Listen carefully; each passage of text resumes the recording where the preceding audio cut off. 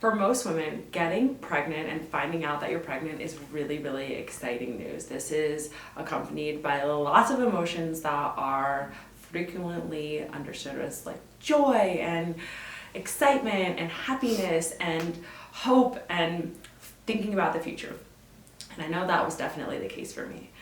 And then once I was first pregnant with West, the second piece is a little bit of overwhelm, because you want to make sure that you are nourishing your body in a really profound way during this time. It's absolutely critical for you, for the baby, for the pregnancy, getting the right key nutrients in your body. And so today we're going to talk about prenatal nutrition and why it is so important. And the reality is that when you get pregnant and you are undernourishing yourself, you're not getting enough of the right nutrients, it's actually more of a problem for you than it even is for your baby, because your baby will actually, which evolution is so cool, take what it needs from you. It will take the nutrients, it will leach them from your bones, it will take what it needs from you, and so you're the one who's actually missing out on nutrition.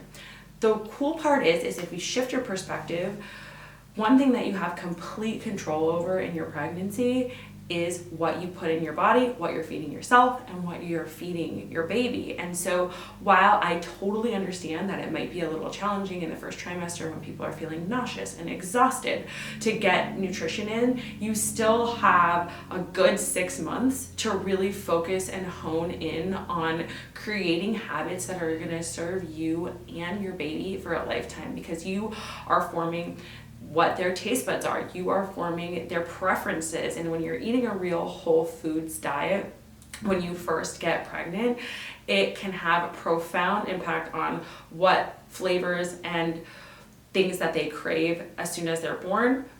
The flavor of your breast milk can inform that, and then they're gonna start making their food choices as toddlers and beyond based on what you were eating in those very early formative developmental stages in those first few months of life. And so that's why having a really, really good focus on your nutrition when you can throughout your pregnancy, again, I understand nausea is a real thing, but when you can is really, really critical. So let's talk about foods for each trimester, and then we'll talk a little bit about how you can nourish yourself beyond food with a little bit of supplementation in your pregnancy.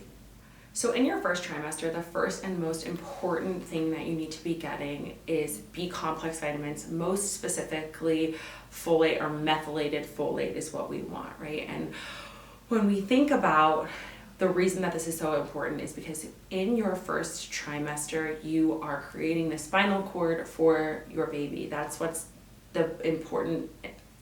is developing that is so important. And so we need folate to be able to properly develop that spinal cord. And so having that healthy development of the brain connection with all the other nerves is really, really critical at this point. And so having folate to also prevent things like infection is really, really key. So getting the right amount of folate is going to help you be able to prevent things like neural tube defects. And so we really want to get that ideally in a supplement and also through our food. So things like dark leafy greens, Brussels sprouts, lentils, legumes.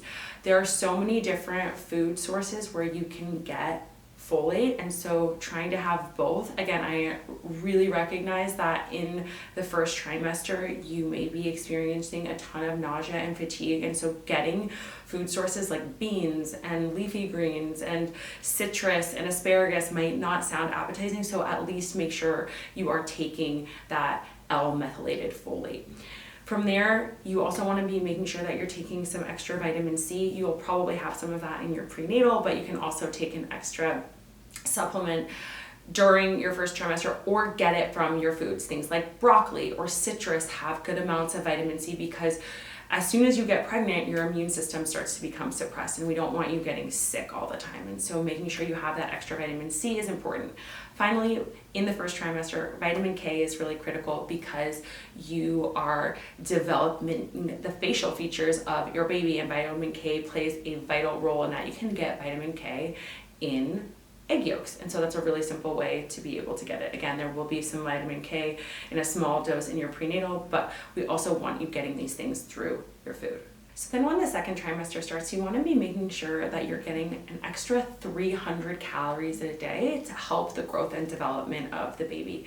If you're still nauseous, to be able to help you with this, try smoothies, try like protein drinks that are easy for you to get down, that don't require you actually chewing to get food. Although most women, nausea usually eases up a bit in the second trimester. And so it's easier to get that extra 300 calories in for you and baby to support the growth and fetal development. Now, the most important key nutrient in your second trimester is going to be iron, because in your second trimester, your blood volume is increasing by 40 to 50%, transporting that oxygen to your baby, and you really want to make sure that you are getting enough of that iron so that you don't feel weak and fatigued and exhausted all the time. And so you can, if it is recommended by your doctor, take an iron supplement.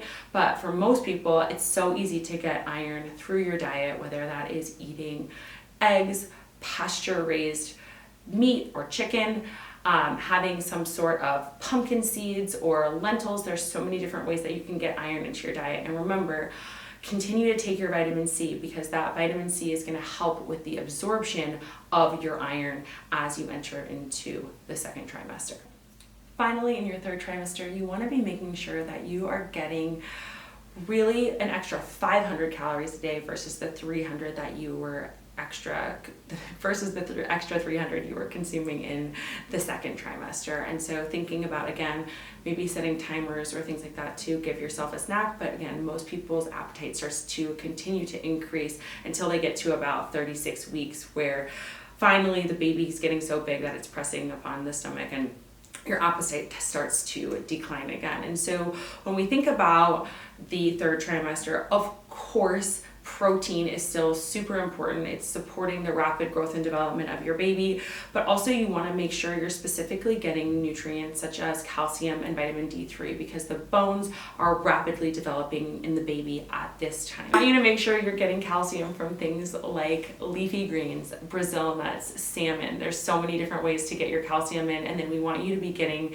D3. D3 is also important for the development of the lungs. You could be getting that from egg yolks, and you could be getting that from mushrooms. Finally, the last thing that I really recommend taking all the way throughout your pregnancy is an essential fatty acid or some sort of omega, because this is so helpful for the development of the brain of the baby. And so, yes, you could take this just in the third trimester, because that's when things are really occurring super rapidly. You're also decreasing levels of inflammation, but definitely I'm somebody who has been taking that for the entirety of both of my pregnancies. And so really thinking about incorporating that supplement routine. You can also get essential fatty acids from your food, from things like walnuts, chia seeds, flax seeds, almonds, cashews. There's so many different ways to incorporate those into your diet, or oils if you're not a nut person, like coconut oil, olive oil. There's so many different ways. So I hope that this video was helpful and that you guys got a lot from the nutrition on pregnancy. There's so much more to expand upon, and I can't wait to be able to do that with you with something really exciting that we have coming. If you want to hear more about pregnancy, prenatal, and fertility, sign up for our newsletter to hear the really exciting announcement we have coming your way. If you like this video, subscribe and give us a thumbs up, and I'll see you in the next video.